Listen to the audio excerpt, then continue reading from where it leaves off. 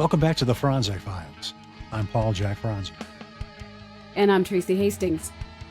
Last week in episode 7, part 2, we took a deep dive into the disappearance of Jill Rosenthal, my twin sister, exploring the circumstances surrounding her vanishing and retracing the investigations that span decades. Today, on episode 8, we're taking a step back to recap the season and dig into the theories surrounding the kidnapping of Paul Joseph Fronczak, the disappearance of Jill, and my abandonment on a street corner in Newark, New Jersey. We'll explore everything from the possible motives behind the kidnapping to the people who could have been involved.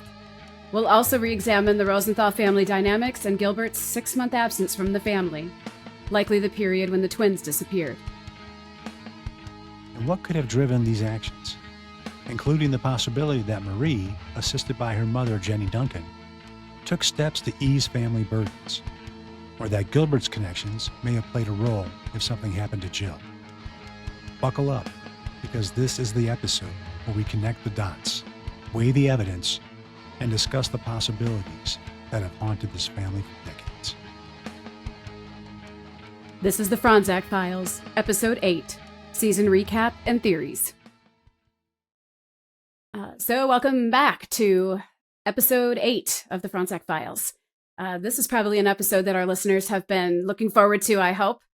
This is the place where we pull together all of our theories and ideas, all the information that we found along the way that supports those theories, and some information that might contradict them. And we're going to put that all out there for you, our watchers and listeners, and see what you think.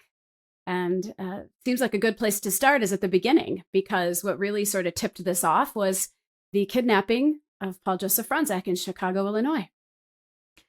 So it seems back then there was a baby selling ring allegedly run by the Chicago mob, possibly for financial motives, finding a buyer for a baby and then finding the baby for the buyer. Just transactional, a little extra money. And so that's the original thing that we started working on due to the things that we found through our research. The mob was, running Chicago at that time. And who else had that kind of power to do things, especially to take a baby out of a hospital, which I don't think the average layperson would try on their own, especially when things were run heavily by the outfit. Yeah, that's certainly somebody that's brave to make that their game plan. I'm going to walk into a hospital and take a baby. Likely this is probably the first time, at least the first time nationally and internationally, that something like this had ever been heard of, that a baby was taken out of their mother's arms by a woman posing as a nurse in the hospital. And also the idea that women had mentioned, other moms in the hospital had mentioned that they had seen this same woman who'd come into their room, examined their babies. It seemed like she might have been baby shopping, like she was looking for a baby with a specific set of physical attributes who might match to a couple who were looking for a baby and wanted the baby to have certain skin types, eye color, hair color, so that the baby would look like it belonged in that family. Yeah, there was talks about how the fake nurse actually walked into rooms, lifted the blanket to look at the baby like she was trying to fill an order, and decided that little baby Paul was the answer, right? Was the perfect product for that order. And that's why Paula was taken. So, and now my understanding is that had your mother seen this woman before in the room? No, she hadn't. Before that moment. Okay. Just to recap that for our audience, that when this woman entered the room and told your mother that she was from the ear, nose, and throat department and the doctor was there to see her baby, that was the first encounter your mother had with the kidnapper. So based on testimony from other mothers who were in the hospital wing that day, it appeared that the kidnapper was baby shopping. She was going to different rooms. She was assessing different infants. And it seemed like she was looking for a child with certain physical attributes that might fit the bill for an order of a child that would blend into a family with certain eye color, skin tone, hair color type of thing. Exactly, because eyewitness accounts said that the fake nurse walked into Dora's room, walked over to her, moved the blanket, looked at the baby, put the blanket back over the baby, and then walked out of the room, didn't say a word. And then about a half an hour later, came back and actually spoke to Dora and said, the doctor needs to see the baby for more testing. And Dora handed the baby over. She took the baby, left the room, and vanished without a trace. That definitely supports the baby shopping theory, that it appeared that once she got a look at Paul, she realized that this was the baby that was going to fit the bill for what she'd been sent to do. And seems likely that in that 30 minutes between assessing the baby and coming to take him was when she was trying to formulate her plan, potentially when she was maybe calling for the cab to ask them to pick her up and putting her plan into action. That seems like a reasonable time frame to take about 30 minutes to get everything set up before she enacted it. And she knew how much time she had because she probably timed the feedings and she knew exactly when that baby would be taken back to the nursery. And she figured, I got to move now. I've got to go in, grab this baby, and get out of here. And what she wasn't counting on was Mary, the student nurse, who we discussed in episode 1, The Kidnapping. As a student nurse working in the maternity wing and learning how to be a maternity nurse, she was walking out of Dora's room as the kidnapper was walking in to snatch the baby. And so she was able to give a very good eyewitness account of what this woman looked like. So her information was actually pivotal to helping put out what appears to be a composite of the kidnapper. And then at one point in time here along the way, you have come up with a potential candidate for who the kidnapper of baby Paul might be. So through our amazing research team, we've actually found someone. We're going to call this person Alice. We'll just leave it at that. Person looked like the sketch of the kidnapper. We'll put a photo of Alice and the composite sketch, and you'll be able to judge for yourself. Yeah, right. Seeing is believing. And through more research, we were able to ascertain that this Alice also worked for the Chicago mob, had a record, had a husband named Ray Beatty. And when we found the real Paul, a.k.a. Kevin Beatty, his middle name was Ray. So Kevin Ray Beatty. So what are the chances of Kevin, we know the real Paul, of having that name through this person? Yeah, it's a little too coincidental to be a coincidence, isn't it? It's not a common name to begin with. Agreed. And there's also evidence that shows that this Alice person knew Lorraine Fountain. We have also been able to establish that there is a high likelihood that they knew one another, both as moving in the world of the Chicago mob, as well as connections to the state of Arkansas. Oddly enough, that sort of comes out of left field. Arkansas, really? How does that play into this case? We've been able to find evidence that shows that not only was Alice and her husband, Mr. Beatty, in Arkansas, we've also been able to place Lorraine in Arkansas as well, and around the time of Kevin's birth and infancy. And Lorraine Fountain was the woman that raised Kevin, the real Paul. She also worked for the Chicago mob. She was a high-priced escort who did a lot of different things for the mob, whatever was needed to be done. And she had a record. She had a very, very shady background. As we heard from Cece Moore in her episode, where she was lying about her age, she has given false names. She's been married multiple times. So this is someone who's trying to hide her history. Been in jail numerous times. Yes. Yeah. So the chances of these two people knowing each other and then ending up with the real Paul, there are no coincidences in this. This is, as far as theories go, this is the best one. I think when we all saw the comparative photos, the photo of Alice compared to the composite sketch of the kidnapper, we all took a quick breath in because the resemblance is uncanny. And so we can thank the police sketch artist at the time and the witnesses at the time for having wonderful memories and being able to give that information and to be able to preserve that moment in time for us to be able to make those comparisons today. And when you see the look, the sketch and the picture, and then you have that name, very uncommon name attached to it, it really makes you wonder. It does. And then you take the theory the next step further.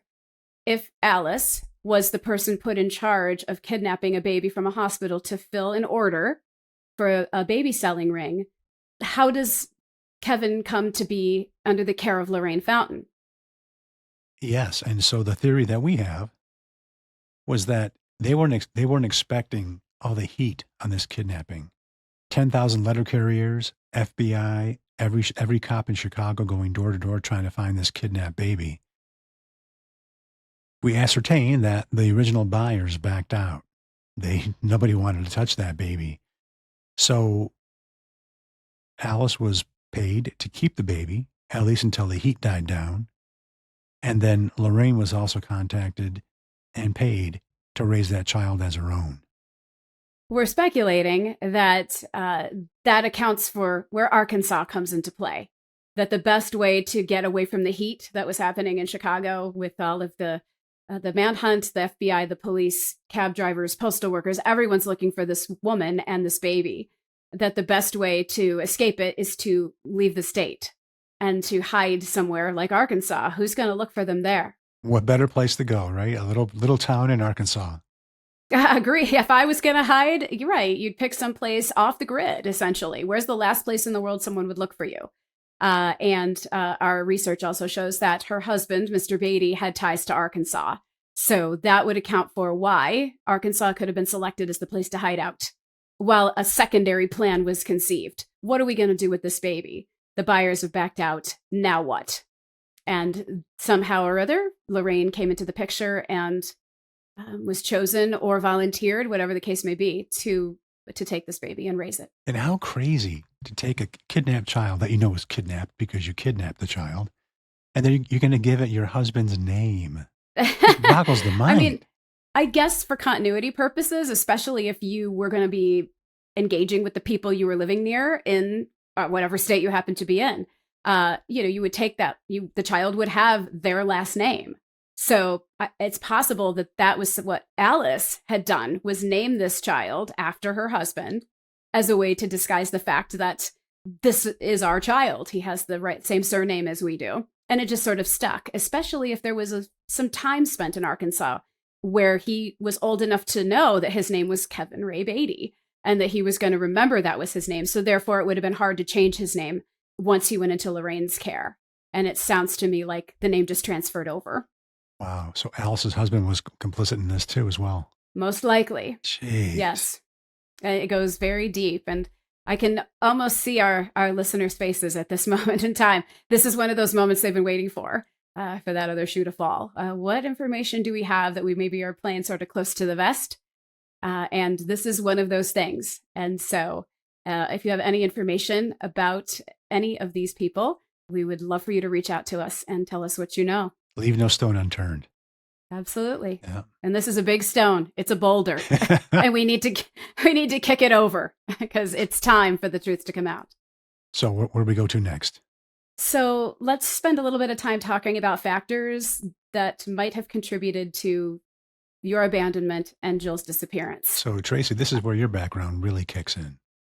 So yeah, I have a lot of firsthand knowledge about this from my job as a high-risk obstetrical RN for 18 and a half years and working with pregnant women, postpartum women, infants, and the all sort of different socioeconomic levels, all different walks of life, all different home lives, personal situations, and my theories about what was contributing to your abandonment and Jill's disappearance. What we know about your mother is that, and we've gotten this on good faith and from primary sources, that she was an alcoholic and likely was from a very young age. Having grown up in a household with alcoholics, you learn what you live. And so you learn to douse your problems in alcohol and numb your pain. So she comes into this marriage. As we know, she has given up a child prior to meeting Gilbert Rosenthal. We have discussed some of the theories around that as well. Unsure whether that adoption was done legally or whether it was done in another fashion. But what we know is it sets a precedence that she has given away a child in the past. So we know that she's capable of this. In the 1950s and 60s, women were mostly viewed as histrionic. If they were drinking heavily, nobody talked about it. If they were taking amphetamines for weight loss, which was a very common thing then, nobody talked about it. Chain smoking through pregnancy, nobody talked about it. Women were just expected to put on a happy face to the outside world and not talk about what was happening behind the scenes. And what we know now, after years of studies and research and dealing with families, we know that alcohol use in pregnancy is extremely dangerous. We also know that most likely if someone is drinking, they're also smoking. This is also adds to putting a high risk element to a pregnancy. Your mother also had what we call short interval pregnancies, meaning babies were born less than 18 months apart. And we know that in 1963, your mother actually had 3 children in 10 months. That's a lot. It's a lot. And having an older child as well. So now you're looking at 4 children in 18 months it was where they were at the point when you and Jill were born. And even someone with a full-time nanny and the ability and the financial means to do that, that is going to be overwhelming to everyone involved. Even the best prepared parents are not fully prepared for the impact that that's going to have on their life. The lack of sleep, the lack of money, the constant questioning, am I doing this right? And the lack of help and the need for just some time to yourself and to keep your sanity. For the best prepared families, this would be a huge challenge for sure. When you put in all of the outside dynamics that are coming into play here, this is a recipe for disaster. Doctors at that time would actually even advise pregnant women that moderate drinking was not harmful. It was actually helpful to relax them, and it could address symptoms of like preterm labor. So, and of course, we also know that the medical community denied that smoking causes cancer at that time. So we know better, we do better. But the specific statistics regarding interpartum, meaning during the pregnancy, interpartum alcoholism, are difficult to find. This was not any type of studies that were done for this. Numbers weren't being compiled because this wasn't deemed to be a problem. Women were just expected to suck it up and get on with it. And so if you're drinking, if you're smoking, if you're feeling depressed, this is all normal stuff that happens, and we're just going to look the other way. Today, we have a term called FAS, fetal alcohol syndrome, which research has shown that alcohol is a direct correlation to birth defects and preterm deliveries and low birth weight babies. But this term and those ideas didn't really start to emerge until really more the early 1970s. So at the time you and your siblings were born, these terms and this way of thinking did not exist. One of the things that culturally now we have a better understanding of is postpartum depression. At the time, in the early 1960s, there was very limited awareness and next to no recognition of postpartum depression. It was not widely discussed or openly acknowledged. Today, we recognize it as a mental health condition that is treatable with medications and therapy. At the time, it was called maternity blues or baby blues. And they defined it as a transient and mild syndrome of sadness, tearfulness, and irritability that occurs shortly after childbirth and typically resolves quickly. And that's accurate to a point. Resolves what quickly. We know, it resolves quickly. I'm not sure where that information came from. And so what we know is that, yes, those things could all apply to postpartum depression. That is all very probable and possible. However, we also know that there are extreme cases where it doesn't resolve. It gets worse. And as you stack pregnancies and deliveries on top of a pre-existing situation of postpartum depression, you are creating a cocktail for disaster. And this whole idea that the women are going to just experience this and they're going to go through it and they're going to get over it. At the time, there was also a legal term that was called puerperal insanity. And this was used to describe the mental breakdown and violent crimes that women could commit in relation to childbirth. So they were starting to recognize that this is a possibility, but definitely that was a very small portion of the medical community that was starting to correlate that women were committing violent crimes. As we mentioned in the last episode, I discussed Andrea Yates, the mother of 5 in Texas, who was suffering from postpartum psychosis and drowned all 5 of her children in the family's bathtub at their home. So we know that this happens. We know that this is real and that this is potentially a situation that Marie Duncan Rosenthal found herself in. And it really wasn't until we got into the 1970s that the term postnatal depression started gaining ground and started to be acknowledged by the medical community, and that women started seeking recognition and support for this very common condition. And that segues into the postpartum psychosis, and which those numbers were also not generally reported, I think is safe to assume. I think that in the early 1960s, I think I saw one study potentially which suggested that 1 to 2 in every 1,000 births resulted in maternal postpartum psychosis. And there was, of course, how are we going to treat this? We can't have a mother taking care of a newborn baby who is hallucinating, who is threatening to harm herself, to harm the baby, to harm other people. These are all things that happen to women who are experiencing psychosis. So the logical response to this was separating moms and children at that time. So they would just remove the baby from the mother and hope that she would work her way through this by herself. Which could lead to a bunch of other problems like primal wound, all kinds of things. Absolutely. So you've got a baby who instinctively and evolutionarily requires being by their mother. Yeah. And this is imperative for mental development, physical development, a full set of emotional security.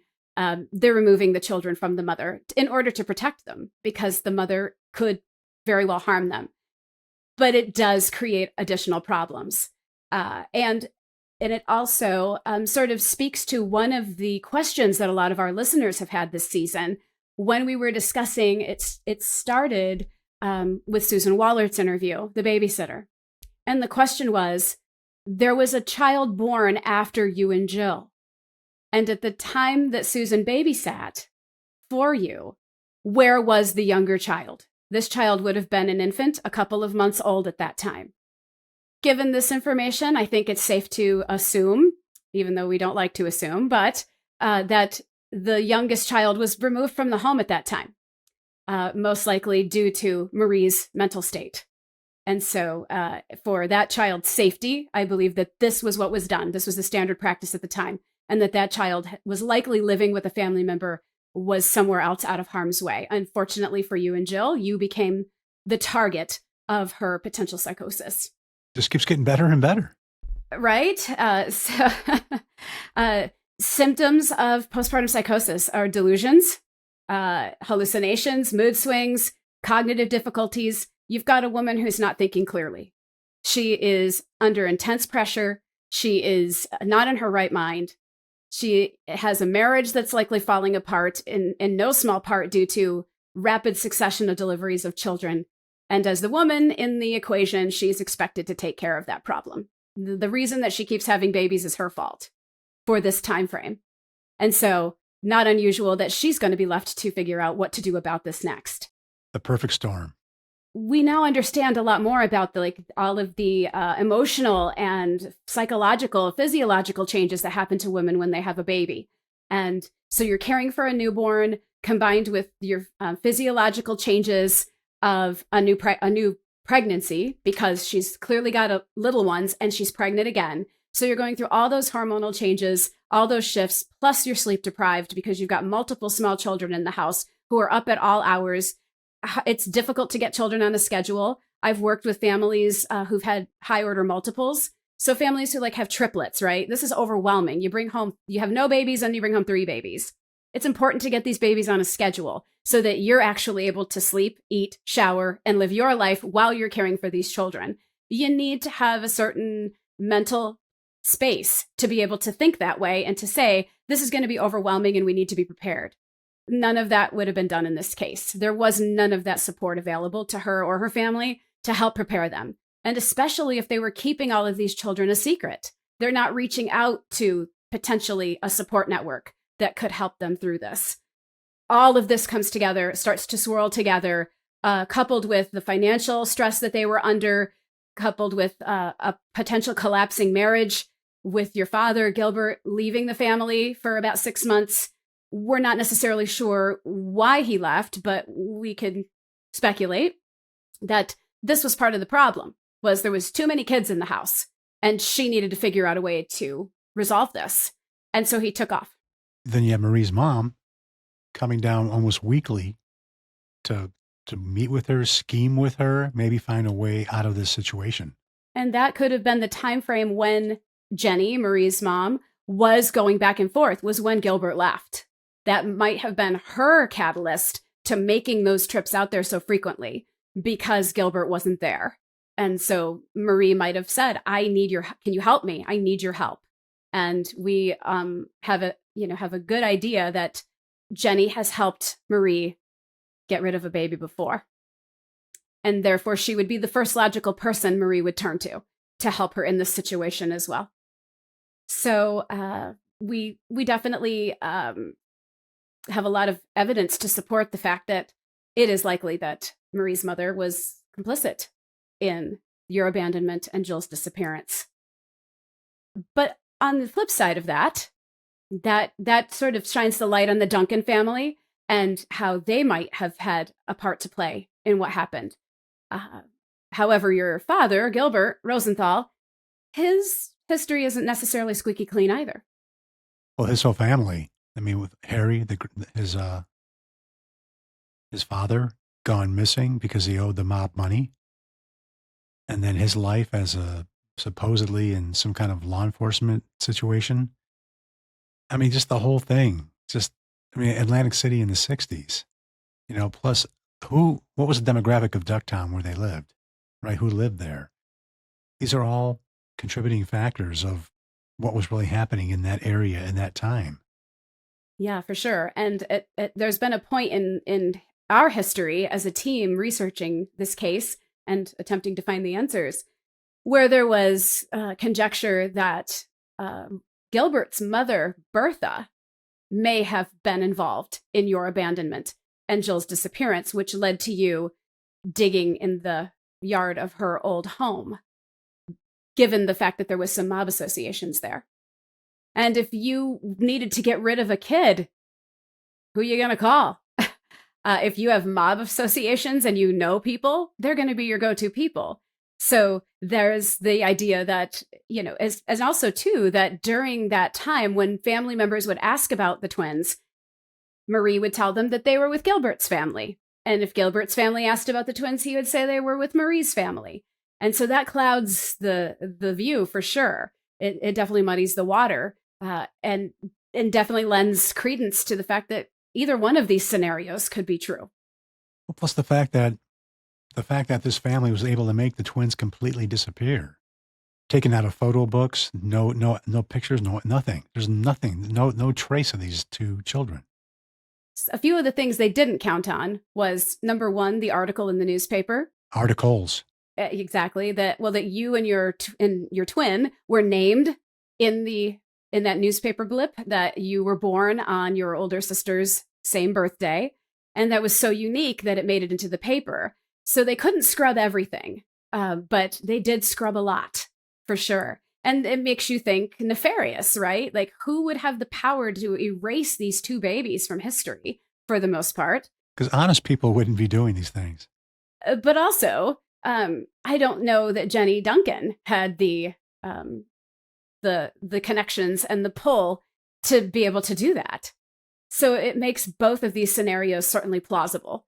Or there was collaboration between both sides of this, that Jenny helped Marie get rid of the twins and Gilbert's connections helped cover it up.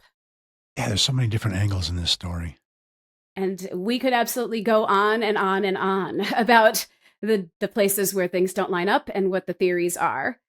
These are some of our bigger theories that we have found evidence to support. Well, the good news is we're not going to stop till we find the answers. For people like you and I and our team, it just makes us want to keep going and uncover all of this. There's so many layers to this. And every time we think we have made it to the end point of one of these tangents, we find out we're just going in another direction again, because there's more to find out. It was just the other day going. when we found more information by looking through old newspapers, right? It's just these little tips and clues just keep popping up, and it's just mind-boggling. When we discovered that when our lead historical researcher, Colleen Newart, she came forward not too terribly long ago and was just about jumping up and down saying, "You'll never guess what I found." And what she was able to come up with was evidence that shows that the date of your abandonment that was put in the newspaper and in police reports and considered to be fact is actually not true. You were not abandoned on July 2nd, 1965. It's not possible that that was the date, given the other information that we have. And that will be covered a little bit more in our season finale by Colleen herself. Wow. I love the story. And I love how you refer to it in the third person. But I can absolutely understand why, because you have to sort of act like this is happening to someone else, because it's so much to try to process that this is your life, this is your story. And that's how, like we've talked about behind the scenes. We'll give you a little glimpse behind the scenes here. I call Jack the master compartmentalizer because he can literally talk about this in the third person, not break a sweat, have no emotion about it, look at it just like a detective and evaluate it and assess it that way and move on to the next step. And only when he chooses to does he tap into the emotional, psychological aspect of how you're involved. I like in to be human every now and then. I appreciate that. I appreciate when the human Jack comes out and we get to see that part of you. Jack. And I think that people who have taken part in this podcast, listened and watched, I think they've appreciated getting to hear this story from you and right from the person that it's happening to. And along the way, getting some of those off the cuff moments where you are talking about how you feel, how something made you feel. Your books touch on it a little bit. Your film, not so much, since the filmmakers really wouldn't let you tap into that. But the podcast has been a great way for you to revisit how you feel about some of this and maybe process through some of it and open it up to the people who are following your story so that they can get to know who you are. You are more than just the foundling. And we all appreciate it. I'm more than just Jack Scott, foundling number one, number 19, all of So the different many names that you've had. Yeah. And I'm sure we're not done. I'm sure that if we keep digging, we'll find you were referred to somewhere else as a different name. Wouldn't surprise me at this point. No, it certainly wouldn't.